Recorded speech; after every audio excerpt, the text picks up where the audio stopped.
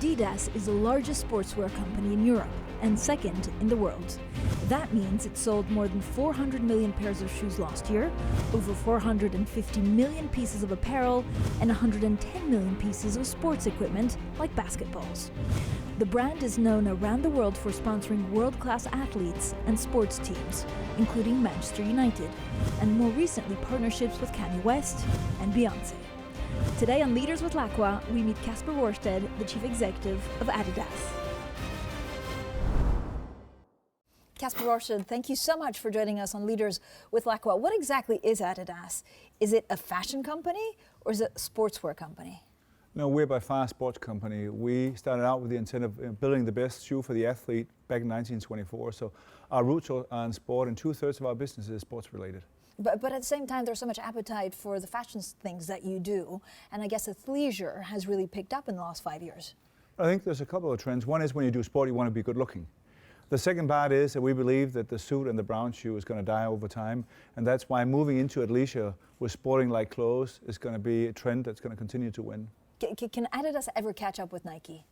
I don't think that's the question. I think the question is how big is the overall market, and we've grown in the last 4 years alone almost 7 billion. So a huge expansion of our size, and we'll continue to expand. So I think it would be wrong to reduce the global sports markets to two competitors. So you don't wake up in the morning saying, I want to beat my main competitor? No, I wake up every morning and say I want to grow market share and margin. But if you had to choose between profitability and expansion or footprint, what would it be? But I don't think that is the question. That is a question we very often ask, of course, also internally.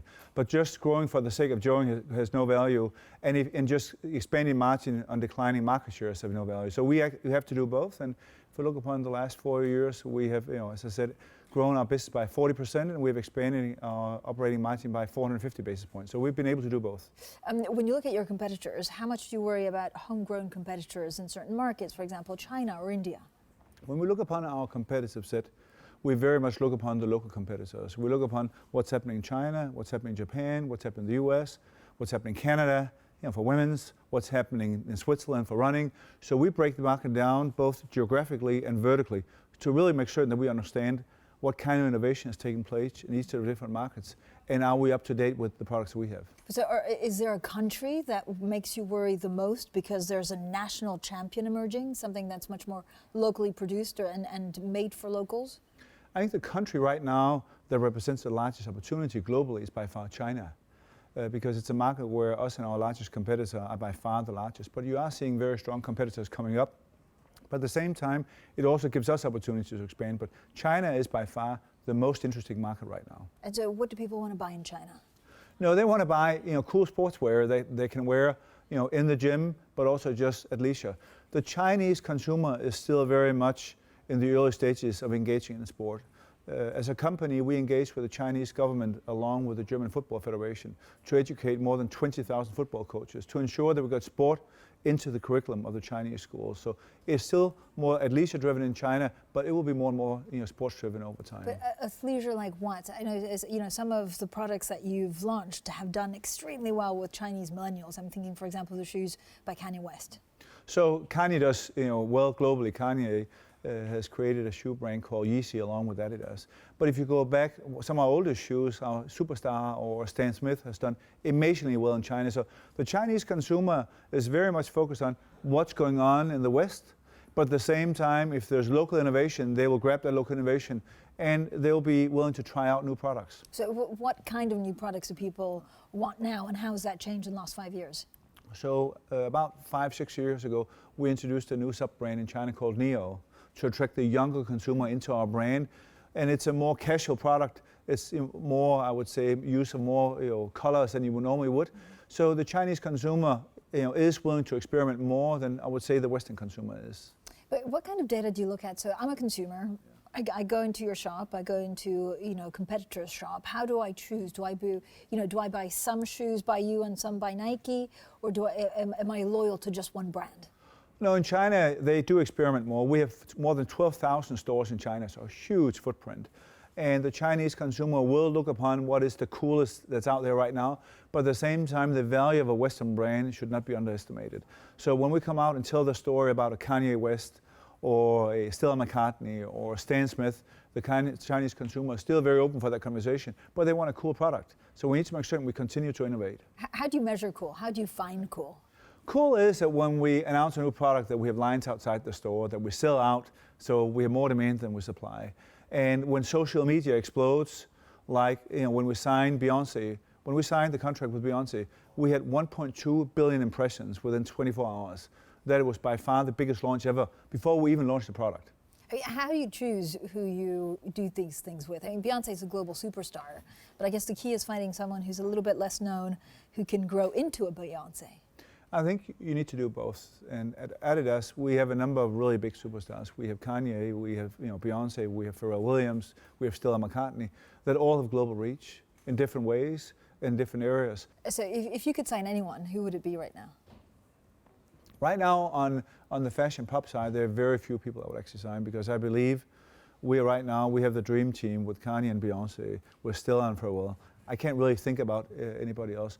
On the sporting goods side, the one that I've been most excited about having signed this year is one of the best female athletes in the world, Mikayla Sheffrin, the best skier in the world, an American, 24 years old, a super smart lady, very, very intelligent, best in her sport, and we'll build a global brand around her. Do you think, I guess your company and your mission is also to give a little bit more limelight to female athletes that many, say that for many years were forgotten? There's no doubt that the sports companies are coming out with a much more male heritage. But if you look upon where the spending is coming through the females. And I believe that as an industry, but also us as a company, can do much more for the female, whether it's a female athlete or just the female athleisure.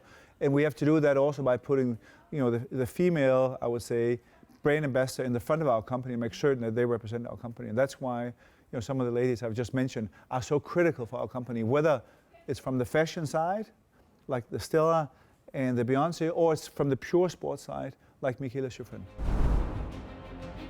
Up next, turning ocean plastic into footwear, we talk Adidas's big sustainable push.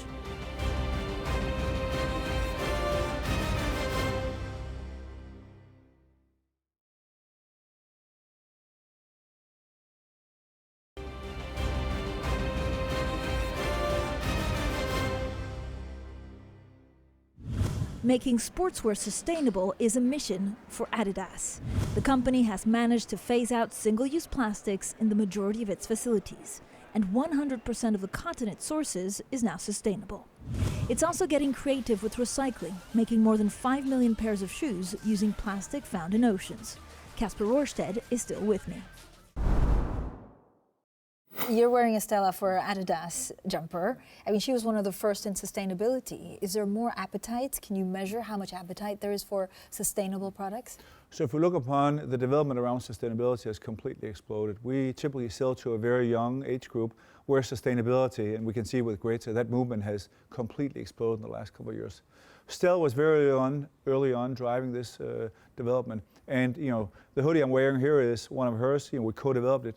It's made out of recycled cotton. So that means that we're taking old products in, clean the products, and now making new products out of them. And I think that is going to be the way to be. We're doing it with our apparel, and we're also doing it with footwear. I mean, for footwear, you had something where you actually took plastics from the ocean, and you've been doing that for 2-3 years. In 2019, you're selling 11 million of those. Are you surprised by how much they've taken so quickly? So 4 years ago, we had the idea of taking ocean plastic and reformulating and making sports shoes out of it. And it was an idea one of our employees that did, their leaders. And this year, as you said, we're selling 11 million. That will continue to overproportionately grow. And that's the entire sustainability movement. And I think that the strength of Adidas is that we're taking sustainability and integrating it back into the business model. So the more ocean plastic shoes we sell, the better it is for the company, the better it is for the global environment, and the better it is for shareholders. But how difficult is it to find the technology to be able to do that? Is it you or is it Stella? No, this is one that we have co-developed along with Parley, which is a foundation.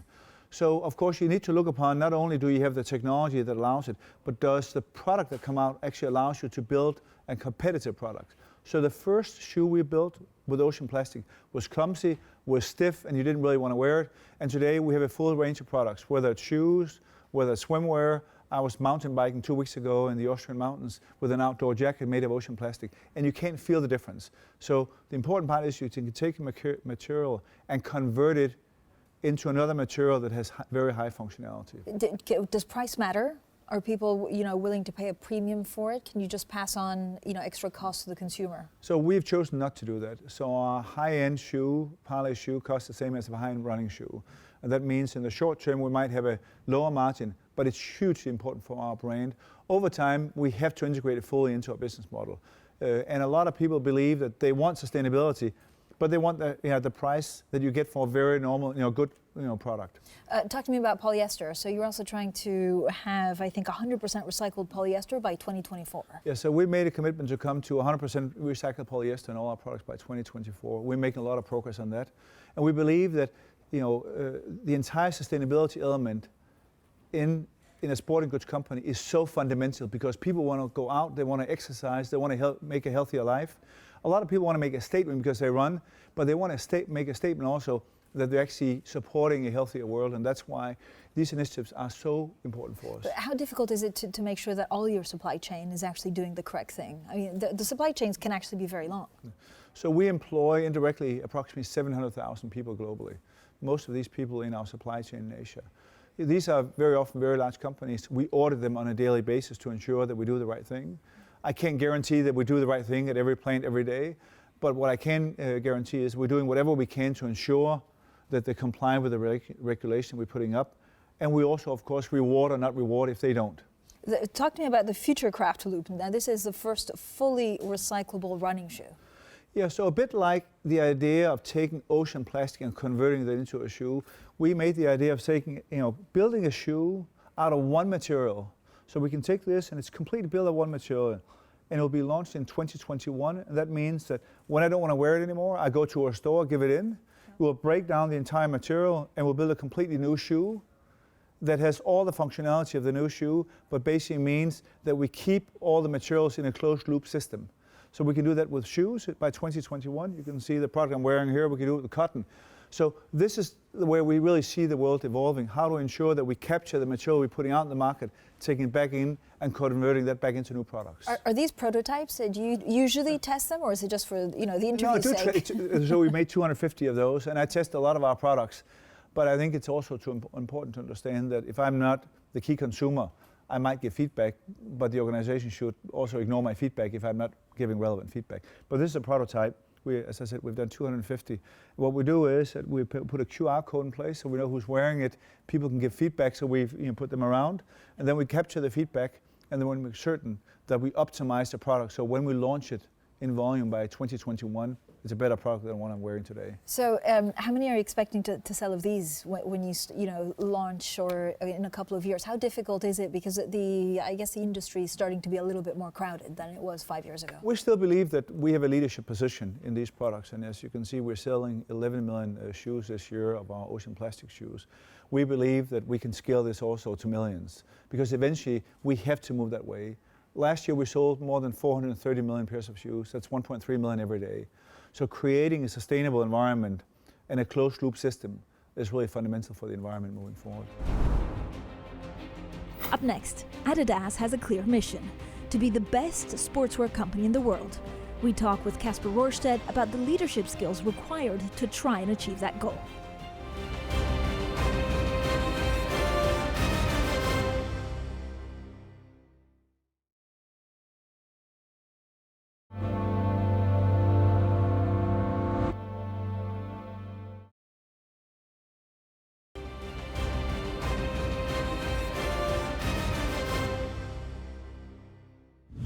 Adidas or Adidas.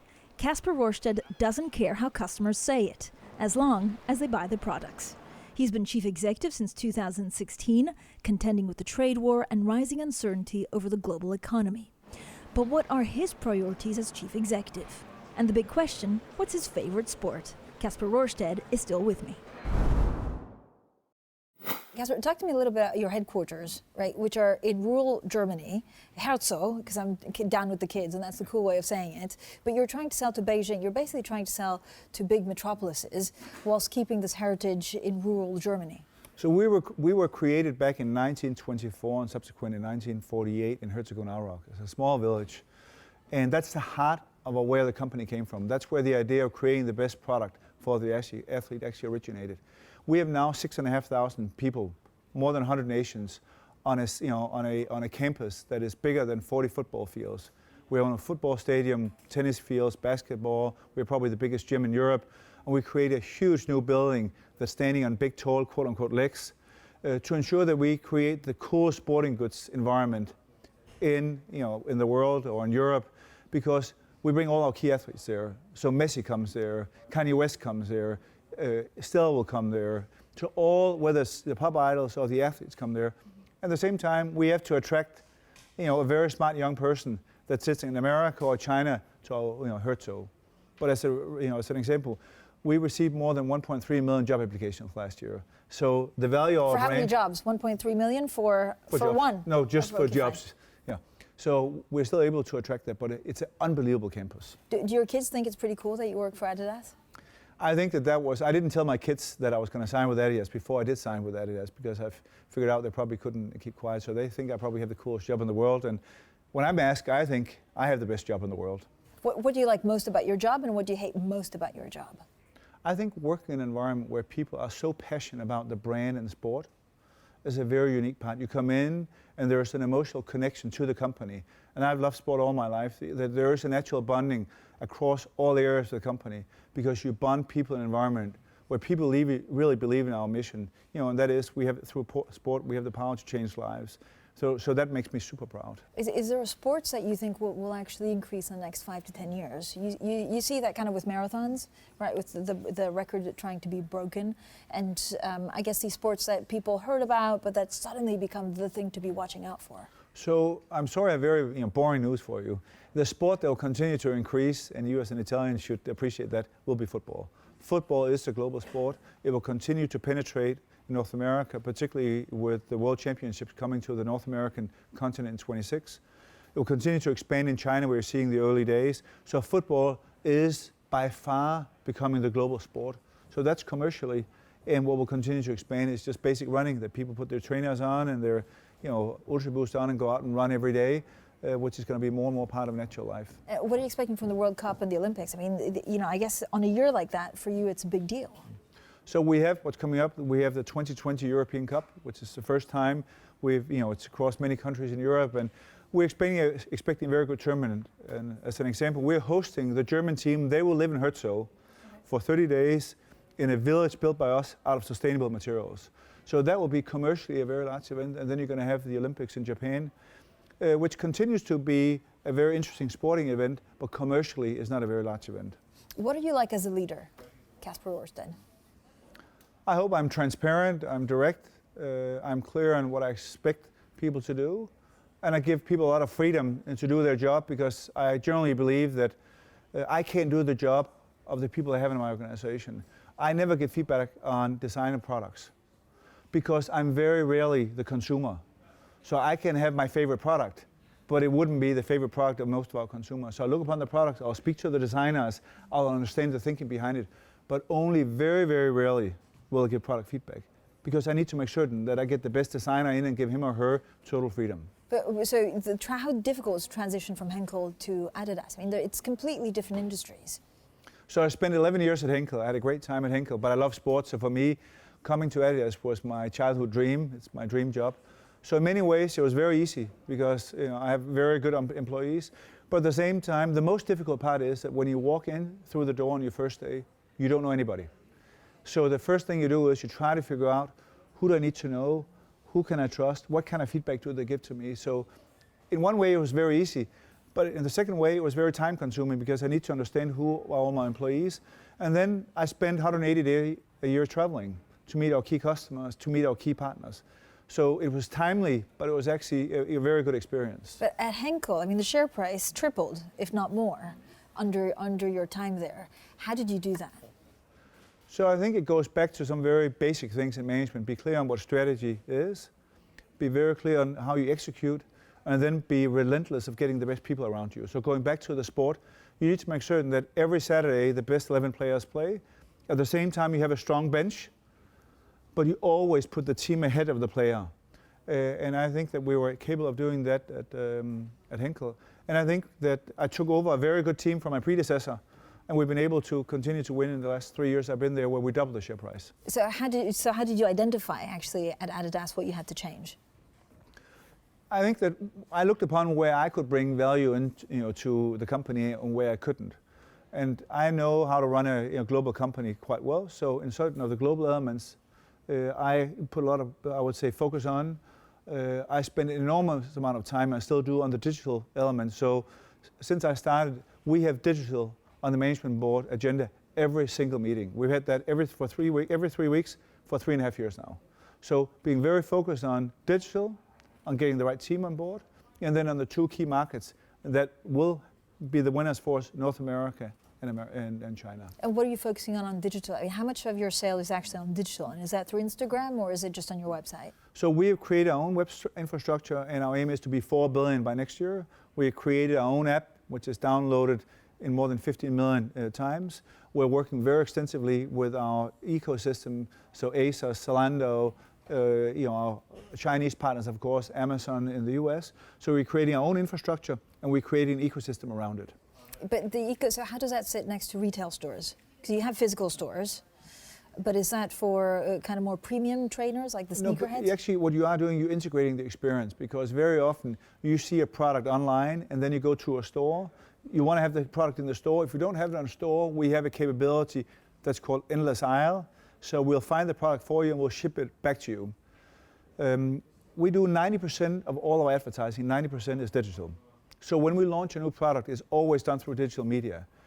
That also means that we don't have any borders anymore. So when Kanye launches a new Yeezy in America, that Yeezy is equally launched in Denmark or Italy or China, because the consumer don't know any borders anymore. And that's where we're connecting the physical store with a virtual store, because that's the expectation set of the consumer. Did you have an idol when you grew up, or is there a sportswoman or a sportsman that you look up to? So I loved football, so I looked upon football players when I grew up. It was some of the German ones. It was Franz Beckenbauer, and later on it was Matthäus. And I liked skiing, so I looked upon different ones. I think that if you like sport, I think you look upon different athletes and look upon how they behave, how he or she actually behaves when they lose. I thought Steffi Graf, who was also an Adidas athlete, is one of the most amazing players ever because of her tenacity, her will to win over 10 years. So I've had many, and I still look upon them, and I'm always amazed about how good the really good ones are in the moment that matter. Is there anything that chief executives or politicians could learn from sports and sports people? Focus. That athletes are completely focused in the moment that matter, and actually have no room for something different. And I believe very often in business, the reason why businesses eventually are not successful is they have a strategy and then they start deviating. Then they start getting distracted what's happening, instead of being super focused on getting the job done and ensuring they become better every single day. Okay, you have to, I keep on fighting with my co-anchor about how you pronounce Adidas. Yeah. Is it Adidas or Adidas? So as long as you buy our product, we really don't care. In Europe and most of the world, it's Adidas. In the US, it's Adidas. And it's actually something that really we don't care about. As I said, in America, most people say Adidas. In the rest of the world, they say Adidas. But as long as you but I care. Am I not winning as a European? But you'll buy it in Europe, and if you come in, and I think if you go to our store, they will serve you anyway, whether you say Adidas or Adidas. Kasper Rorsted, thank you so much. Thank you very much.